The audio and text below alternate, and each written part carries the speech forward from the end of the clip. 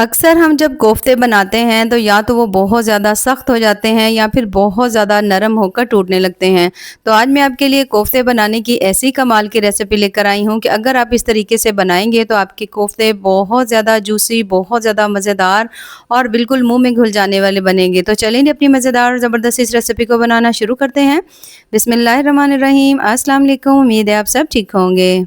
तो इस इंतहाई मज़ेदार सी रेसिपी को बनाने के लिए सबसे पहले तो हमने यहाँ पर ले लेना है चिकन हमने यहाँ पर लिया है बोनलेस और तकरीबन ये मैंने 1 किलो लिया है। अच्छी तरह से धो लीजिएगा और उसके बाद आप इसे किसी छन्नी वगैरह में ज़रूर रखिएगा ताकि इसके अंदर से एक्स्ट्रा पानी जो है वो बिल्कुल निकल जाए। जो चिकन है वो बिल्कुल ड्राई होना चाहिए। अब यहाँ पर आपने ले लेना है चॉपर। सबसे पहले चॉपर में शामिल करेंगे प्याज। 1 अदद मीडियम साइज़ का प्याज डाल देंगे। उसके साथ ही हम इसमें शामिल कर देंगे 6 से 7 सब्ज़ मिर्चें और उसके साथ ही हमने इसमें डाल देना है एक तकरीबन हमारे पास लहसुन की गट्टी थी, उसे हमने छील करके इसमें डाल दिया है। डालने के बाद अब आपने सभी चीज़ों को पहले तो दरदरा सा पीस लेना है। अब यहाँ पर तमाम चीज़ों को हमने थोड़ा-थोड़ा सा पीस लिया है जैसा कि आप देख सकते हो। और इसके साथ ही हम इसमें शामिल कर देंगे यहाँ पर चिकन। तमाम चिकन जो है अब आपने इसमें शामिल कर देना है। चिकन शामिल करने के बाद अब आपने साथ ही इसमें डालने हैं स्पाइसेस। तो सबसे पहले हम इसमें शामिल करेंगे नमक। 1 किलो चिकन है, तकरीबन 1 चम्मच नमक चला जाएगा। आधा चम्मच हल्दी, आधा चम्मच लाल मिर्च मैं डाल रही हूँ। थोड़ा सा हमने इसमें डाल दिया धनिया पाउडर। उसके साथ ही आपने इसमें शामिल कर देना है मिक्स गरम मसाला। अगर आपके पास बटर हो तो वो डाल लीजिए, नहीं तो आपने इसमें 2 चम्मच कुकिंग ऑयल के या घी के डाल देने हैं और 2 चम्मच भर करके आपने इसमें डाल देना है भुने हुए चने का पाउडर इस तरह से, ठीक है। उसके बाद अब आपने मशीन चला लेना है और अच्छी तरह से सभी चीज़ों को इस तरह से पीस लेना है। अब यहाँ पर हमने सभी चीज़ों को पीस करके रख लिया है जैसा कि यहाँ पर आप देख सकते हो। अगर आपको यहाँ पर कोफ्ते बनाते हुए लगे कि ये जो बाइंडिंग है इसकी थोड़ी सी कम है तो आप इसमें 1 चम्मच जो है ना चने का आटा डाल सकते हैं, लेकिन सिर्फ 2 चम्मच काफ़ी होगा। इस तरह से आपके कोफ्ते बहुत ज़्यादा जूसी बनेंगे। और उसके साथ ही हमने इसमें डाला है 2 चम्मच घी, जिससे जो कोफ्ते हैं ना बड़े सॉफ्ट बनेंगे, बड़े ही कमाल के बनेंगे। तो बस इस तरह से अब आपने थोड़ा-थोड़ा पोर्शन लेते जाना है। सभी के कोफ्तों को बना करके आपने तैयार कर लेना है। अब यहाँ पर आप देख सकते हो तमाम कोफ्ते हमने बना करके प्लेट में रख लिए हैं। तो कोफ्ते हमने यहाँ पर सभी जो है वो रेडी कर लिए हैं। अब हम इसे पकाना स्टार्ट करेंगे। पकाने के लिए यहाँ पर हमने ले लेनी है 1 अदद कढ़ाई और उसमें शामिल करेंगे हम ऑयल। और जैसे ही ऑयल अच्छी तरह से गर्म हो जाएगा अब हमने इसमें शामिल कर देने हैं 3 अदद मीडियम साइज़ के प्याज डाल करके अब आपने प्याज को हल्का सॉफ्ट होने तक पका लेना है। यहाँ पर जो प्याज है उसका कलर बहुत ज़्यादा कलर चेंज नहीं करेंगे। जैसे ही आप देखो प्याज थोड़ा-थोड़ा नरम होना शुरू हो गया है और उसका हल्का लाइट ब्राउन कलर आने लग गया है, तो अब हम इसमें बाकी चीज़ों को शामिल करेंगे। अब यहाँ पर आपने प्याज का कलर चेक कर लिया है, काफ़ी हद तक इसका जो कलर है वो चेंज हो चुका है। तो इसके साथ ही हम इसमें शामिल कर देंगे तकरीबन 1.5 चम्मच फ्रेश कुटा हुआ अदरक लहसुन का पेस्ट डाल देंगे।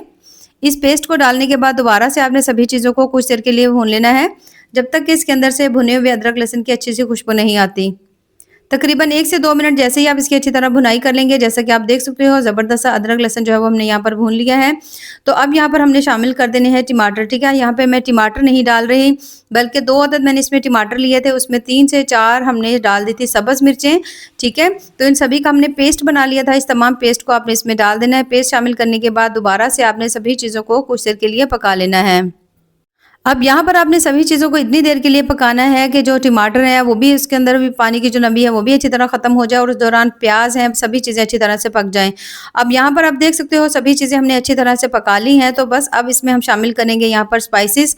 तो स्पाइसेस में सबसे पहले तो मैं इसमें शामिल करने लगी हूँ नमक। तकरीबन 1 चम्मच मैं इसमें नमक का डाल दूँगी और उसके साथ ही तकरीबन आधा चम्मच हम इसमें हल्दी का शामिल कर देंगे। लाल मिर्च भी मैं यहाँ पर तकरीबन आधा चम्मच ही डाल रही हूँ। दोबारा से सभी मसालों की भुनाई कर लेंगे। अब अगर आपको लगे यहाँ पर हल्का पानी का छींटा लगाने की ज़रूरत है तो हल्का सा पानी का छींटा ज़रूर लगा लीजिएगा ताकि मिर्चों का जो कच्चापन है वो ख़त्म हो जाए। अब यहाँ पर हमने जितने भी इसमें स्पाइसेस डाले ना, आपका दिल करे तो आप इसकी मिकदार कम या ज़्यादा अपनी मर्ज़ी से कर सकते हो, ठीक है। अब यहाँ पर जो मसाला है उसकी हमने अच्छी तरह भुनाई कर लेनी है। जैसे ही आप तमाम मसाले की अच्छी तरह से भुनाई कर लोगे तो फिर हमने इसमें शामिल करना है यहाँ पर दही। और दही आपने ले लेना है 1 कप। और दही शामिल करने के बाद अब आपने मीडियम टू हाई फ्लेम के ऊपर दही को मसाले के साथ अच्छी तरह से फिर से भून लेना है। दही से जो ग्रेवी है उसका टेस्ट भी बड़ा ही कमाल का आएगा और आपको इसका जायका बड़ा ही ज़बरदस्त लगेगा। दही की आपने अच्छी तरह भुनाई कर लेनी है। जैसे ही आप देखो आपने 1 से 2 मिनट दही को भी अच्छी तरह से भून लिया है। तो अब हमने इसमें कोई भी मसाले ऐड नहीं किए। तो यहाँ पर सबसे पहले तो हम इसमें शामिल करेंगे तकरीबन आधा चम्मच में इसमें डालने लगी हूँ धनिया पाउडर और उसके साथ ही तकरीबन आधा चम्मच हम इसमें डाल देंगे ज़ीरा पाउडर। 1 चम्मच हम इसमें डाल देंगे मिक्स गरम मसाला और दोबारा से भुनाई कर लेंगे। 1 से 2 मिनट जैसे ही आप इसको हाई फ्लेम के ऊपर भूनोगे तो आपको इसके अंदर से ज़बरदस्त से भुने हुए मसालों की खुशबू आना शुरू हो जाएगी। तो जैसे ही आप देखो आपने तमाम मसालों को भी अच्छी तरह से भून लिया है, तो अब हमने इसमें शामिल करना है पानी, और पानी हमने इसमें ग्रेवी के लिए डालना है। तो यहाँ पर तकरीबन 2 गिलास जो पानी है ना वो मैं इसमें शामिल कर दूँगी। 2 गिलास पानी शामिल करने के बाद अब आपने इसको हल्का-सा पहले मिक्स कर लेना है, ठीक है? अगर आपने इसकी ग्रेवी कम बनानी हो तो पानी की मिकदार आप मेरे से थोड़ी कम भी कर सकते हैं, ज़रूरी नहीं कि आपने इसमें इतना ही डालना है।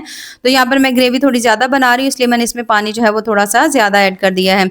अब आपने इसके ऊपर ढक्कन लगा देना है, ढक्कन लगा कर के अब आपने इसे पकने देना है जब तक कि ग्रेवी में अच्छी तरह से बॉयल आना शुरू नहीं हो जाते।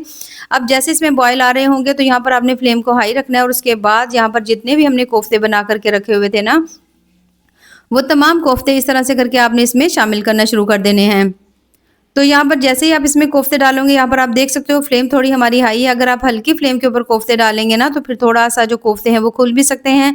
लेकिन अगर आपकी फ्लेम हाई होगी, पानी में इस तरह से ग्रेवी में बॉयल आ रहे होंगे और आप तमाम कोफ्ते जब आप इसमें डालेंगे, तो आप देखोगे ये फ़ौरन से शेप ले लेंगे। तो यहाँ पर अब हमने तमाम कोफ्ते इसमें डाल दिए हैं। कोफ्ते शामिल करने के बाद आप इसको हल्का-सा हिला सकते हो, लेकिन आपने इसमें चम्मच नहीं चलाना, ठीक है? तो आप इस तरह से करके हल्का-सा पैन को या कढ़ाई को आप हिला लीजिए, और उसके बाद अब आपने इसके ऊपर ढक्कन लगा देना है और इसे आपने पकने देना है तकरीबन 5 मिनट के लिए, बिना आपने इसको हिलाना बिल्कुल नहीं है, यानी कि इसमें चम्मच नहीं चलाना। और तकरीबन जब आप देखो कि आपको 5 से 6 मिनट हो चुके हैं, तो इस तरह से आपने ढक्कन खोल देना है। ढक्कन खोलने के बाद चम्मच की मदद से आपने इसको थोड़ा-थोड़ा सा इस तरह हिलाना है, ठीक है? हल्के हाथों से। इस तरह ये होगा कि आपने सभी जो कोफ्ते हैं ना, वो उनके आपने साइड्स को चेंज करना है। लेकिन जैसे ही आप 5 मिनट के बाद देखोगे, तमाम कोफ्ते जो है इस तरह से पक कर के ऊपर तैरना शुरू हो जाएँगे, जिससे ये बहुत अच्छी तरह से शेप ले लेंगे। क्योंकि हमने इसमें जितनी भी चीज़ें डाली हैं, एक तो बाइंडिंग के लिए ज़बरदस्ती, दूसरा इसका जो टेस्ट है ना, वो आपको बड़ा ही कमाल का लगेगा। अब यहाँ पर इस तरह हमने हल्के हाथों से इनको हिला दिया। हिलाने के बाद दोबारा से आपने ढक्कन लगा देना है, और अब आपने इसको छोड़ देना है तकरीबन 7 से 8 मिनट के लिए, क्योंकि ये कच्चे कीमे के कोफ्ते हैं तो थोड़ा-सा इसको पकने के ऊपर टाइम लगेगा।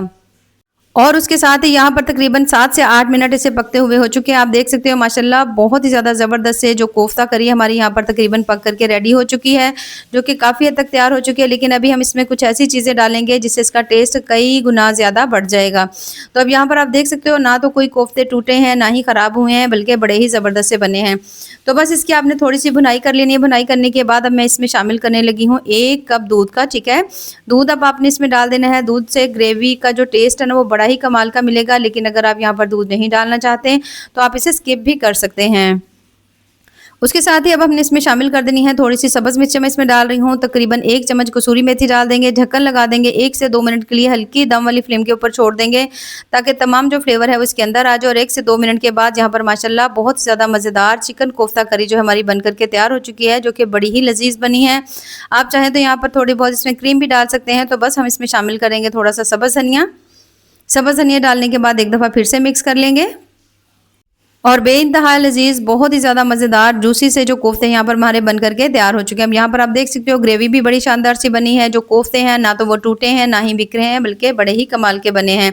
तो आप इस रेसिपी को सेम इसी तरह से ज़रूर ट्राई करिएगा, और ट्राई करके हमें कमेंट्स में ज़रूर बताइएगा कि आपको हमारी आज की जो रेसिपी है वो कैसी लगी। तो बस यहाँ पर हम इसे निकाल लेते हैं किसी भी प्लेट में। और यहाँ पर आप देख सकते हो माशाल्लाह बहुत ही ज़्यादा टेस्टी इंतहाई मज़ेदार चिकन कोफ्ता करी यहाँ पर बन करके तैयार हो चुकी है, जो कि बहुत ज़्यादा मज़े की बनी है।